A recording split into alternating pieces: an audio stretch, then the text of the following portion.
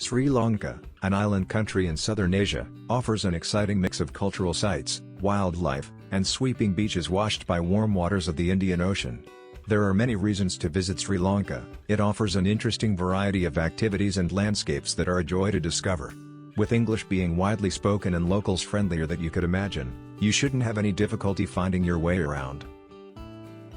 Sri Lanka is a tropical country and the weather is hot all year round. However, the climate is influenced by monsoons and varies dramatically across the country. At pretty much any time of the year, there will always be some place in Sri Lanka where it's currently raining. You have to, therefore, consider where to go and when. Generally, the best time to visit the west and southwest coasts and hill country is from December to March. And the best time to visit the east coast is from April to September. Your ideal trip itinerary is totally up to you and highly depends on your preferences. Do you want to see most of the country? Do you want to explore Sri Lanka's rich history and culture? Or, are you just looking for some lazy days on the beach? The following route covers most of Sri Lanka's hot spots, but we will give you different options and you can adjust it based on your preferences and the length of your stay. It is also up to you in what direction you take it. If you enjoy our content, please hit the like button and use the booking codes below. This will support our channel while you pay the same price as usual. Thank you. Let's start. After arriving at the Bandaranaike International Airport, you can either head north to Negombo, a laid-back town that's right next to the airport. It's a great place to stay for cheaper accommodation with swimming pools where you can relax and unwind after the flight. The beaches are also far more picturesque in this city. Or you can head south to Colombo, Sri Lanka's capital city. Here you'll discover a unique mixture of modern and traditional, where towering skyscrapers and luxurious rooftop bars sit next to stunning mosques, traditional houses, and bustling street markets. After a busy day of sightseeing, head to one of the beautiful parks to relax and see unique tropical plants, trees, and flowers. Alternatively, take a wander down to the city beach, where you can watch locals flying their kites in the coastal breeze or cheering as they score points playing cricket. Depending on your time, you can spend 1 to 2 nights in this area, before you continue to your next stop.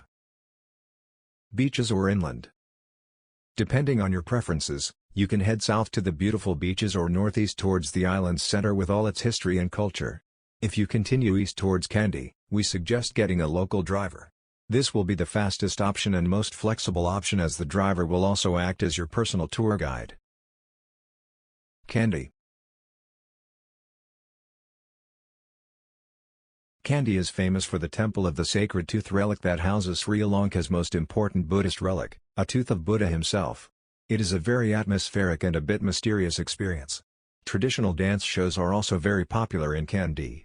Kandy has the Royal Botanical Garden, which is a nice park to stroll around in. If you have some time to spare, Kandy offers some nice day trips such as hiking in Riverston, visiting the ancient monastery in Itinerary, or a short drive to one of many elephant sanctuaries and orphanages. Sigiriya. Sigiriya, or Lion Rock, is a gigantic rock located in the middle of the jungle. Sigiriya was once the capital of Sri Lanka, where the king's palace was on top of the rock. You can actually see the ruins of the palace at the top. Alternatively, visit Pidurangula Rock, Lion Rock's nearby little sibling. This rock may be smaller, but it provides a better view, as it looks directly onto Lion Rock. There's also a cheaper entrance fee too. You can manage the return trip from Kandy to Sigiriya within 1 day. If you have a bit more time, we suggest staying for 1 or 2 nights and also exploring the ancient city of Polonnaruwa. Head back to Kandy to catch the most beautiful train ride in Sri Lanka.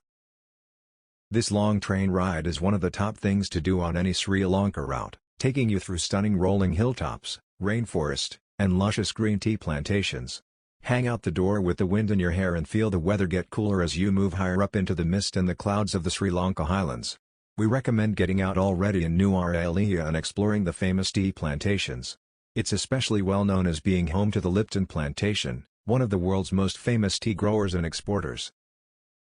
Ella. This is an incredibly green and lush little mountain town, right in the middle of tea plantations, surrounded by mountains some around 2,000 meters high. It is a sleepy village with great scenery and will mesmerize you. Plan at least 2 nights here, as there is so much to see and to do in its surroundings, such as hiking Little Adams Peak, hiking in tea plantations, taking some Instagram pictures under the Nine Arch Bridge or hiking to the top of the Dialuma Falls. If you intend to spend at least 2 weeks in Sri Lanka, you should include a visit to the east coast, especially Arugam Bay. One of the best surf spots in whole Sri Lanka with a beautiful beach and an exciting nightlife. Continuing south from Ella, you will have the option to visit one of Sri Lanka's many national parks, Yala or Unawatuna National Park. Yala is the most famous and popular national park in Sri Lanka. The park is home to 44 varieties of mammals and 215 bird species and has the world's biggest concentration of leopards. You have a good chance of seeing wild elephants as Yala has 300 to 350 wild elephants. Unawatuna National Park is smaller and less popular, but will also offer unforgettable wildlife encounters. Tisamaharama is a good place to stay after the park visits, before heading towards the south coast.